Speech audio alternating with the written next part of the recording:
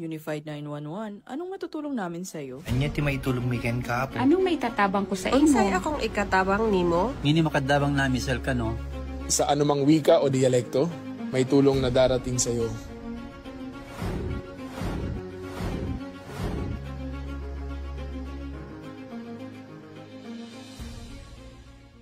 Lilingkod sa bawat Pilipino at magbibigay ng tamang impormasyon para sa tahimik at maayos na Pilipinas. Police News Network, alagad ng batas, tagapagtaguyod ng balitang pulis, sandigan ng mamamayan, patnubay ng katotohanan. La Campo Crame, maghahatid ng pinakahuling kaganapan at nagbabagang balita. Ito ang PNN Police News Network. At ngayon, ang inyong mga tagapagbalita.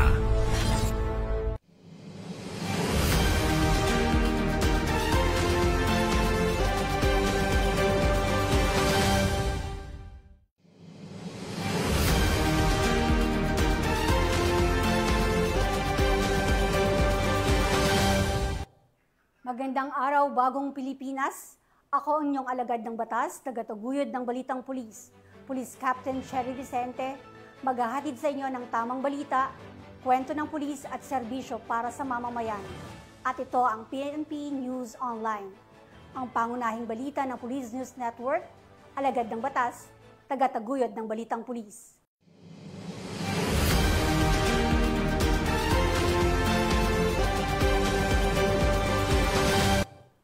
Narito ang mga balitang dapat ninyong abangan.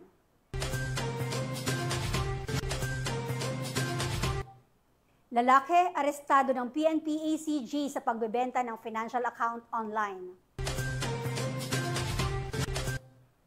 Most wanted person sa kasong frustrated murder huli sa Cebu City. At sa Mountain Province PNP, agad na rumisponde sa tawag ng tungkulin.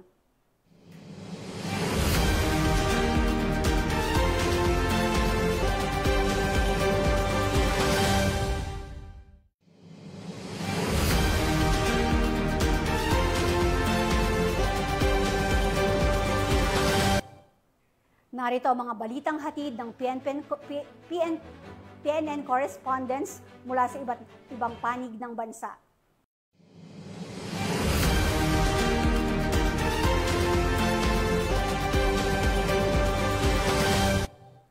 Arestado ang isang lalaki ng Quezon City District Anti-Cybercrime Team matapos maaktuhang nagbenta ng financial account online sa Diliman, Quezon City.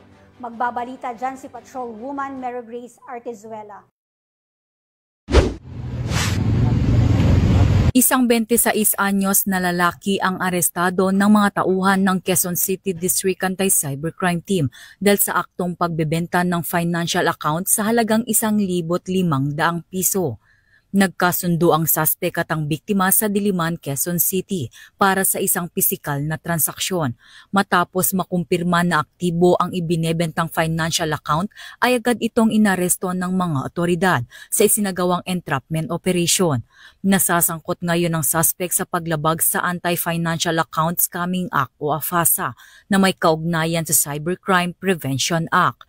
Kasalukuyan siyang nasa kustodiya ng QCDAC para sa karampatang dokumentasyon at tamang disposisyon ng kaso. Mula dito sa Campo Crame, ako ang inyong PNN correspondent, Patrolwoman Mary Grace Artezuela, nagbabalita para sa Police News Network, alagad ng batas, tagataguyod ng balitang pulis. Maraming salamat, Patrolwoman Artezuela. Isang 40 anyos na lalaki, arestado sa Bugalyon, Pangasinan dahil sa kasong qualified theft. Ang buong detalye ng report mula kay Patrolman Dennis Carinal. Naaresto ng mga tauhan ng Bugalyon Police Station, RIU-1 at Payatas Bagong Silang Police Station 13 ang isang lalaki na may warrant of arrest sa kasong qualified theft sa isinagawang operasyon sa Barangay Salasa, Bugalyon, Pangasinan noong November 26, 2025. Kinilala ang suspect na si Elias Bico, 40 anyos, tubong Naik, Cavite, at kasalukuyan na ninirahan sa Barangay Umanday, Bugalyon, Pangasinan.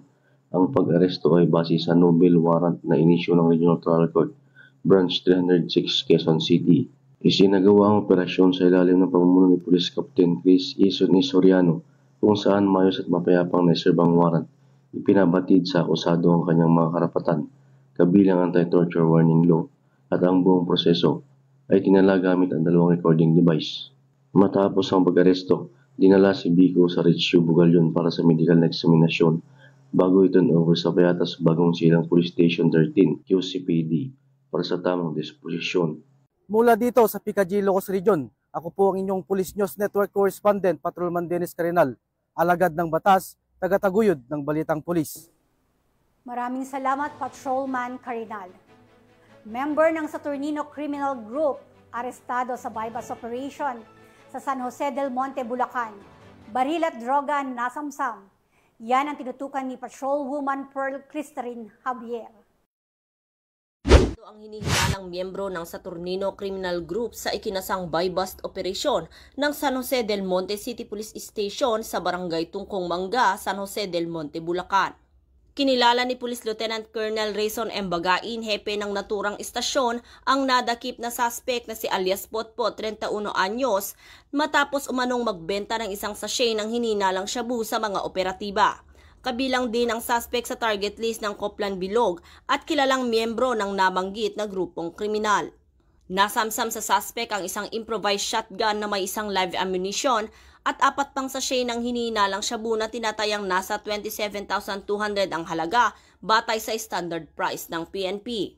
Kasalukuyang nasa kustodiya ng San Jose del Monte City Police Station ang suspect para sa dokumentasyon at wastong disposisyon. Nahaharap ito sa kasong paglabag sa Republic Act 9165 o Comprehensive Dangerous Drugs Act of 2002 at RA 10591 o ang Illegal Possession of Firearms and Ammunition Act. Patuloy ang Bulacan PNP sa pamumuno ni Police Colonel Angel L. Garciliano, Provincial Director ng Bulacan Police Provincial Office, sa pagpapaigting ng kanilang operasyon laban sa ilegal na droga at iba pang uri ng kriminalidad upang masiguro ang kapayapaan at kaayusan sa buong lalawigan. Mula dito sa Bulacan Police Provincial Office, ako ang inyong PNN Correspondent, Patrolwoman Pearl Crystalline Javier, alagad ng batas, tagataguyod ng Balitang Pulis.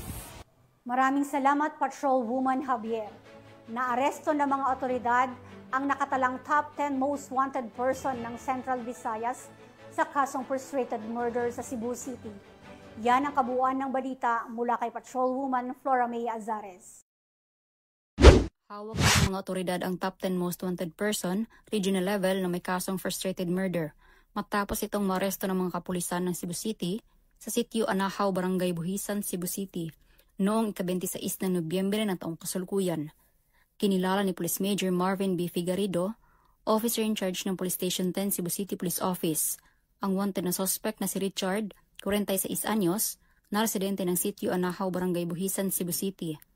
Batay sa ulat, ang suspect ay naaresto sa bisa ng warrant of arrest para sa kasong frustrated murder na inisyo ni Presiding Judge Ricky John Sanchez Macabaya, Regional Trial Court 7 Judicial Legion, Branch 5 Cebu City, na may 200,000 pesos na rekomendadong piyansa. Kasalukuyang nasa kustodiya ng Police Station 10 ang suspect para sa dokumentasyon at tamang disposisyon. Ang matagumpay na pagka-aresto ng suspect ay patunay ng Cebu City PNP ng kanilang pinaigting na pagpapatupad ng batas upang mapanatiling ligtas at payapa ang komunidad. Dahil ang bagong PNP para sa bagong Pilipinas, serbisyong mabilis, tapat at nararamdaman. Mula dito sa Central Visayas, ako ay inyong Police News Network Correspondent, Patrolwoman Flora May Azares, alagad ng batas, tagataguyod ng Balitang Pulis. Maraming salamat, Patrolwoman Azares. Hindi na nakapalagpa ang 2 drug suspect matapos maaresto sa ikinasang bypass operation sa Ozamis City, Misamis Oriental.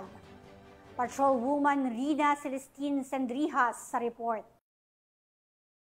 Arestado ang 2 individual sa ikinasang buy-bust operation ng mga operatiba ng Ozamis City PNP sa Barangay Karangan, Ozamis City, Misamis Occidental. Kinilala ni Police Lieutenant Colonel Harvey Avellanosa, officer in charge ng Ozamis City Police Station, ang mga suspect na sina alias J at alias Nonoy, mga lalaki at residente ng Ozamis City at Pagadian City. Sa ikinasang drug buy-bust operation ng mga operatiba ng Ozamis City Police Station, ay nasamsam ang mga pakete ng hinihinalang shabu at isang 500 peso bill na ginamit bilang buy-bust money at iba pang mga non-drug items. Nahaharap ang mga suspect sa kasong paglabag sa RA 9165 o Comprehensive Dangerous Drugs Act of 2002.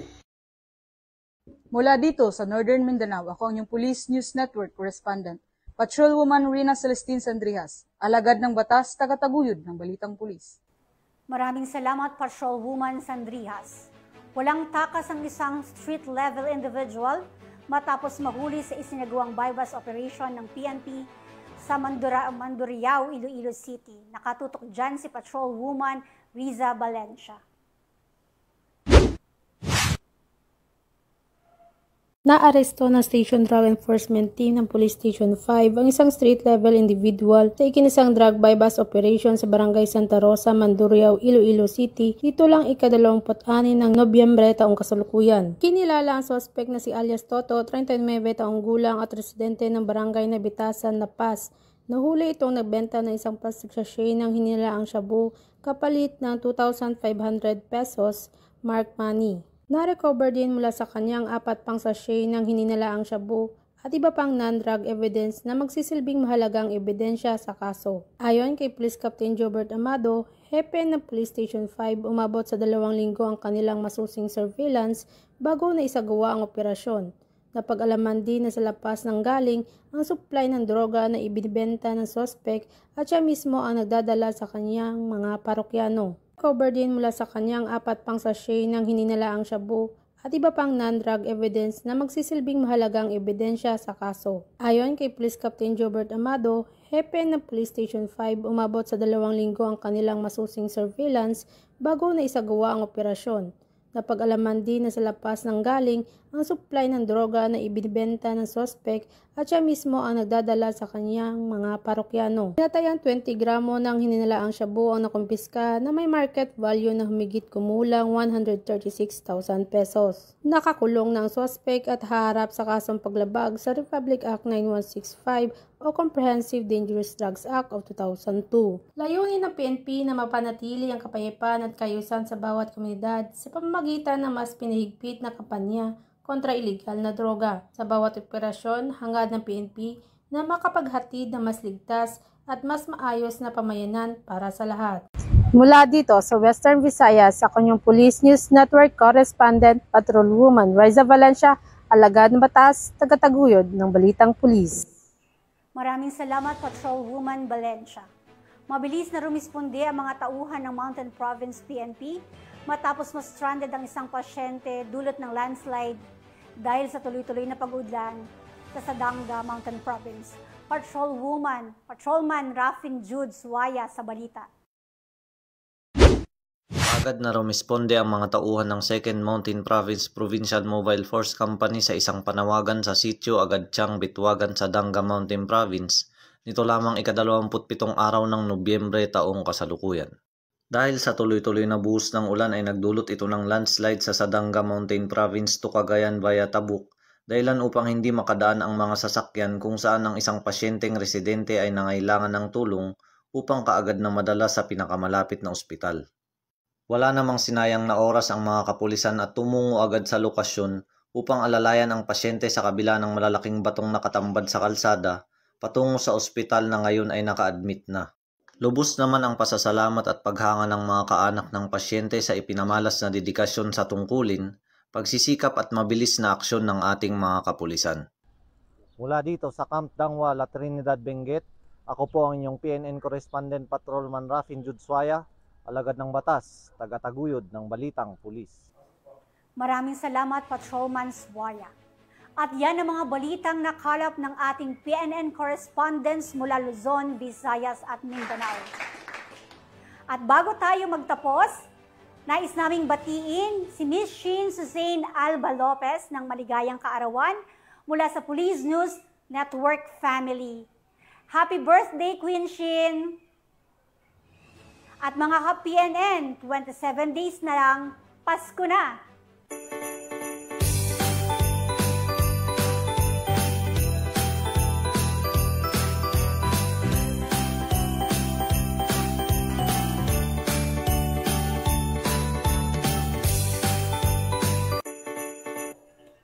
Sa ngalan ng pamunuan ng Philippine National Police, sa pangunguna ni Acting Chief PNP Police Lieutenant General Jose Milencio Corpus Nortates Jr. at sa pamumuno ni President Ferdinand Bongbong Marcos Jr., kami ay maglilingkod sa bawat Pilipino at magbibigay ng tama at balanseng balita.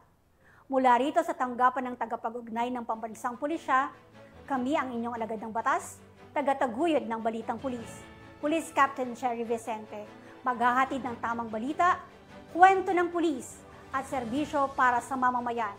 At ito ang PNP News Online, ang pangunahing balita ng Police News Network. At ito ang bagong PNP para sa bagong Pilipinas. Serbisyong mabilis, tapat at nararamdaman.